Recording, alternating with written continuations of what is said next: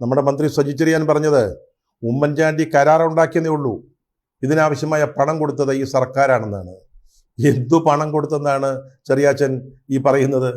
ചെറിയാച്ച ഇത് കുന്തവും കുടച്ചക്രമൊന്നും അല്ല, ഇത് ഒരു തുറമുഖത്തിൻ്റെ നിർമ്മാണമാണ്. ഇതിന് പണം മുടക്കുന്നത്, ഇത് നിർമ്മിക്കുന്നത്, ഇത് ഉണ്ടാക്കുന്നത് അദാനിയാണ്, അദാനിയുടെ കമ്പനിയാണ്.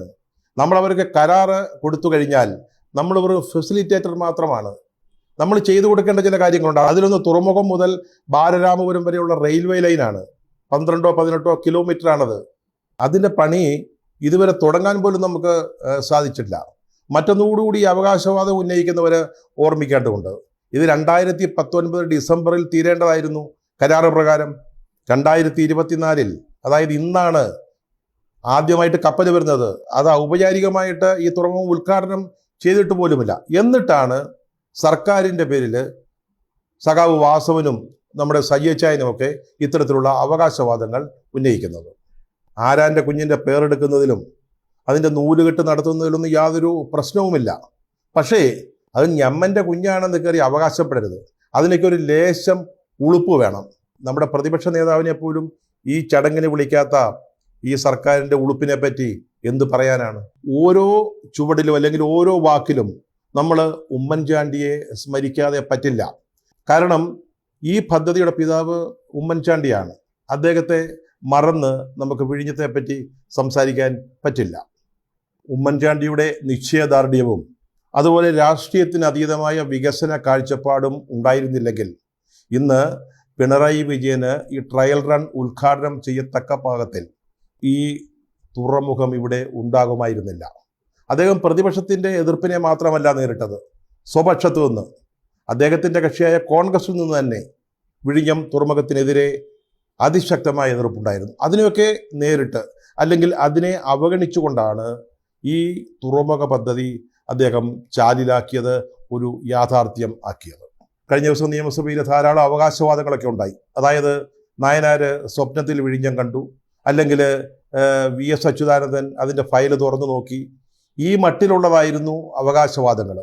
സജി ചെറിയാനും വാസവനും ഒക്കെ പറഞ്ഞത് ആദ്യം ഇതിൻ്റെ ഒരു സാധ്യതാ പഠനം നടത്തിയത് നായനാർ സർക്കാരിൻ്റെ കാലത്താണെന്ന്. അതുപോലെ തന്നെ VS അച്യുതാനന്ദൻ ഒരിക്കൽ ടെൻഡർ വിളിച്ചു, AK ആന്റണി മറ്റൊരു തവണ ടെൻഡർ ക്ഷണിച്ചു. പക്ഷേ ഇതൊന്നും യാഥാർത്ഥ്യമായില്ല. ഉമ്മൻചാണ്ടിയാണ് ഇത് നടപ്പാക്കും എന്ന ഉറച്ച തീരുമാനത്തോടു കൂടി ഇത് ആരംഭിക്കാനാവശ്യമായ നടപടികൾ വിജയകരമായി എടുത്തത്. അദ്ദേഹം വെറുതെ ഫയൽ നീക്കി കളിക്കുകയായിരുന്നില്ല, പ്രായോഗികമായിട്ട് അതിനുവേണ്ടി കഠിനാധ്വാനം തന്നെ നടത്തി. നമുക്കറിയാം, ഇതുപോലൊരു വലിയ സീപോർട്ടിന് പലതരത്തിലുള്ള അനുമതികൾ വേണം, വനം പരിസ്ഥിതി വകുപ്പ് അടക്കം. ഇതിൻ്റെയൊക്കെ അനുമതികൾ ഉമ്മൻചാണ്ടി സർക്കാർ നേടിയെടുത്തു. അതിനുശേഷം ഇതിൻ്റെ ബിഡിങ്ങിലേക്ക് നീങ്ങുന്നത് 4 ബിഡിങ് പരാജയപ്പെടുകയാണ് ഉണ്ടായത്. അതിലൊന്ന് ഒരു ചൈനീസ് കമ്പനിയുടേതായിരുന്നു. അവർ മാത്രമായിരുന്നു ബിഡ് ചെയ്തിരുന്നത്. പക്ഷേ ദേശീയ സുരക്ഷാപരമായ കാരണങ്ങളാൽ ഒരു ചൈനീസ് കമ്പനിക്ക് കേരളത്തിലെ ഒരു സീപോർട്ടിൻ്റെ നിർമ്മാണ ചുമതല അല്ലെങ്കിൽ അതിൻ്റെ നടത്തിപ്പിൻ്റെ ചുമതല നൽകുന്നത് ശരിയായിരിക്കില്ല എന്നുള്ള ഒരു കണക്കുകൂട്ടലിൻ്റെ നിഗമനത്തിൻ്റെ അടിസ്ഥാനത്തിൽ ആ കമ്പനിയുടെ ടെൻഡർ സ്വീകരിക്കാൻ കഴിയാതെ വന്നു.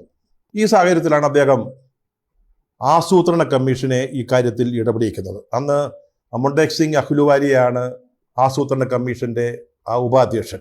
ഉമ്മൻചാണ്ടി അദ്ദേഹത്തിനൊരു കത്തെഴുതി, അതായത് ഈ പ്രൊജക്റ്റ് ഒന്ന് റീസ്ട്രക്ചർ ചെയ്തു തരണം, അതിൻ്റെ ടെൻഡർ രേഖകൾ തയ്യാറാക്കി തരണം, അതുപോലെ തന്നെ ഈ കപ്പൽ നിർമ്മാണം ഏറ്റെടുക്കുന്ന കമ്പനിയുമായുള്ള ഒരു PPP കരാറിൻ്റെ മാതൃക തയ്യാറാക്കി തരണം.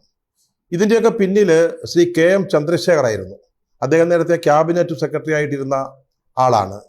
ഏറ്റവും കൂടുതൽ കാലം ക്യാബിനറ്റ് സെക്രട്ടറിയായി പ്രവർത്തിച്ച വ്യക്തിയുമാണ് അദ്ദേഹം. അന്ന് കേരളത്തിൻ്റെ ആസൂത്രണ ബോർഡിൻ്റെ ഉപാധ്യക്ഷനാണ്. അദ്ദേഹമാണ് ഈ ആശയം മുഖ്യമന്ത്രി ഉമ്മൻചാണ്ടിയോട് പറയുന്നത്. അദ്ദേഹം അഹ്ലുവാലിയയ്ക്ക് കത്തയച്ചു. അവർ പെട്ടെന്നൊരു യോഗം വിളിച്ചുകൂട്ടി. ആ യോഗത്തിൽ വെച്ച് ആസൂത്രണ കമ്മീഷൻ്റെ ഇൻഫ്രാസ്ട്രക്ചർ വിഭാഗം ഉപദേഷ്ടാവായ ഗജേന്ദ്ര ഹൽദിയ എന്ന ഒരു സീനിയർ IAS ഉദ്യോഗസ്ഥനെ ഉമ്മൻചാണ്ടി ആവശ്യപ്പെട്ട കാര്യങ്ങൾ ചെയ്തു കൊടുക്കാനായിട്ട് അഹ്ലുവാലിയ നിയോഗിച്ചു. അവിടെ നിന്നാണ് ഇത് യാഥാർത്ഥ്യമാകുന്ന വഴിയിലേക്ക് നമ്മൾ നീങ്ങുന്നത്. ഈ ഹൽദിയ വളരെ സമർത്ഥനായ ആളായിരുന്നു. അദ്ദേഹം ഈ പ്രൊജക്റ്റ് റീസ്ട്രക്ചർ ചെയ്തു കൊടുത്തു. PPP രേഖകളെല്ലാം തയ്യാറാക്കി, അതുപോലെ ടെൻഡർ രേഖകൾ തയ്യാറാക്കി. അതിനെ തുടർന്നാണ് വീണ്ടും പദ്ധതിക്ക് ജീവൻ വയ്ക്കുന്നത്. കഴിഞ്ഞ കോവിഡ് കാലത്ത് ഈ ഗജേന്ദ്ര ഹൽദിയ കോവിഡ് വന്ന് അന്തരിക്കുകയാണ് ഉണ്ടായത്. അടുത്ത ഘട്ടത്തിൽ അന്ന് BJP സർക്കാരിൽ ധനകാര്യമന്ത്രിയായിരുന്ന അരുൺ ജെയ്റ്റ്ലിയാണ് ഈ പ്രൊജക്റ്റ് മുന്നോട്ട് പോകാനുള്ള സഹായം നൽകിയത്.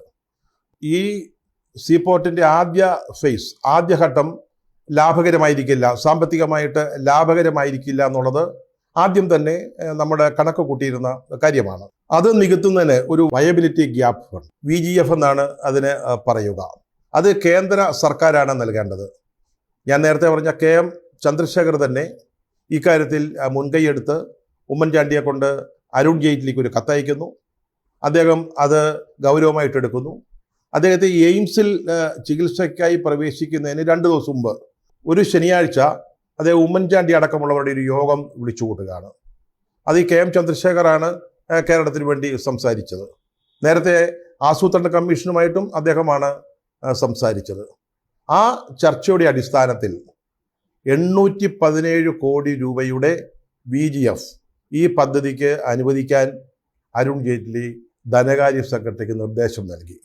അവിടെ നിന്നാണ് വീണ്ടും ഈ പദ്ധതി മുന്നോട്ട് കുതിക്കുന്നതിന് ഒരു അവസരം ഉണ്ടാകുന്നത്. ഇവിടെയൊക്കെ KM ചന്ദ്രശേഖരൻ്റെ റോൾ വളരെ വലുതായിരുന്നു. ഞാൻ നേരത്തെ പറഞ്ഞ ഹൽദിയ ഈ പദ്ധതി യാഥാർത്ഥ്യമാക്കുന്നതിൽ ഒരു വലിയ പങ്ക് വഹിച്ചിട്ടുണ്ട്. അന്ന് AS സുരേഷ് ബാബു ആയിരുന്നു നമ്മുടെ വിഴിഞ്ഞം സീപോർട്ടിൻ്റെ മാനേജിംഗ് ഡയറക്ടർ. അതിനുശേഷം ഈ തുറമുഖത്തിൻ്റെ നിർമ്മാണ കരാർ അദാനിക്ക് നൽകുകയും